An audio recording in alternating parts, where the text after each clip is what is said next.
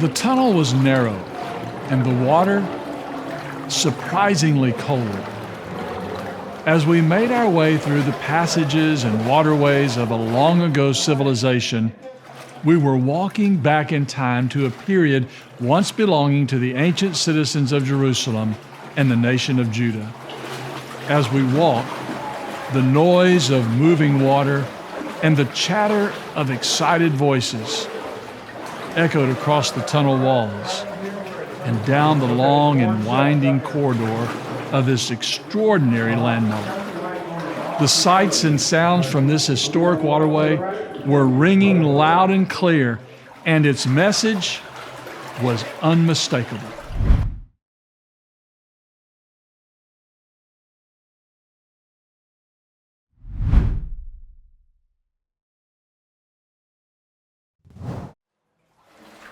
As we made our way through the tunnel, we could feel the chisel marks. We explored the series of wrong turns.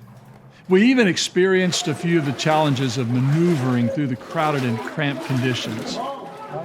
This long tunnel and waterway was created over 2,700 years ago, and it still carries water from Jerusalem's Gihon Spring down to the western side of the spur of Ophel, where during the time of Christ it emptied into the pool of Siloam.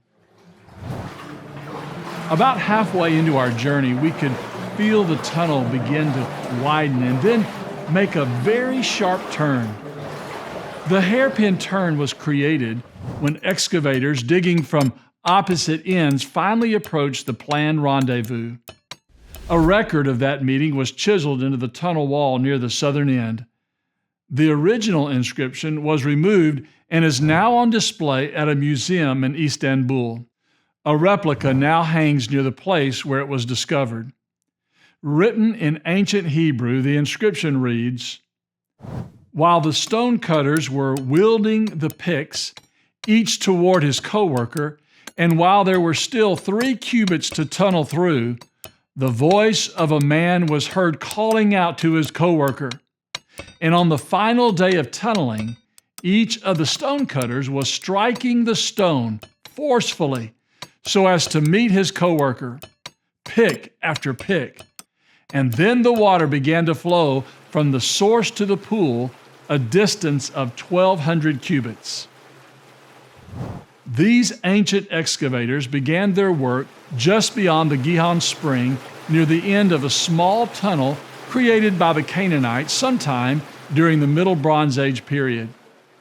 The Canaanites, or as the Bible calls them, the Jebusites, had worked to safeguard and redirect the waters of Gihon by digging a small passageway from the spring to a nearby rock-hewn pool. They then directed a portion of the water out through a channel running parallel to the Kidron Valley. The channel provided water to farmers and residents living outside the city walls.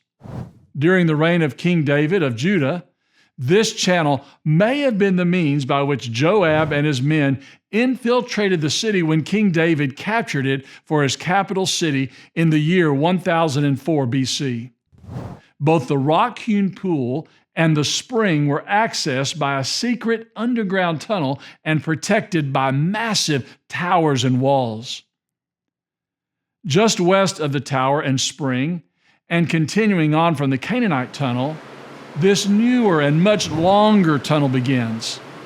It meanders east to west some 580 yards through solid limestone rock at depths of some 80 feet below the surface. Remarkably, the tunnel floor drops no more than 12 inches from the spring to the pool located on the opposite end.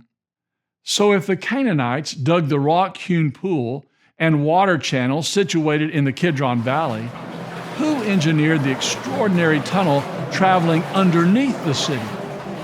In the Bible, we find the answer.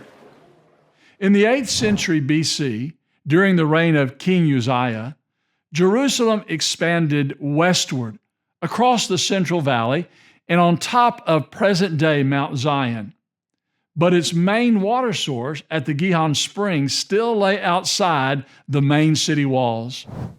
Nearly 75 years later, When the new king of Jerusalem, Hezekiah, rebelled against the foreign rule of the Assyrians, he embarked upon a campaign to fortify and organize his cities against attack. In preparation, the Bible says that Hezekiah commissioned the building of a reservoir and tunnel to bring water inside the city walls, thus protecting Jerusalem's most precious water source and making it more accessible to its citizens on the western hill. The preparation paid off when in 701 BC, the Assyrian general and ruler Sennacherib marched through the territories of Israel and Judah and conquered most of their cities. The famed 7th century prism discovered in 1830 by Colonel Robert Taylor reveals that Sennacherib was limited to have only encircled Jerusalem, caging it like a bird. He did not conquer it. Both the Bible and the annals of history reveal that this famed military genius failed to conquer Jerusalem. Hezekiah was successful in part because the tunnel had provided a flourishing water supply, and thus the citizens of Jerusalem could remain indefinitely within the city walls. Jerusalem and the nation of Judah had trusted in God. As a result, they were spared the ruthless and humiliating treatment endured by neighboring cities like those at Lachish, whose city had been destroyed months earlier. Eventually, the use of the tunnel was abandoned and forgotten, but rediscovered by Edward Robinson in the year 1837.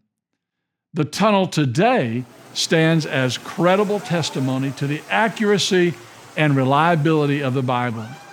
Not only does a tunnel exist, just like the Old Testament reveals, but the Bible accurately pinpoints its location and perfectly describes the direction in which it flows. Truly, the message coming from Hezekiah's tunnel is clear and reminds us of yet another example of the connection between fact and faith right here in the places and passages of the land of the Bible.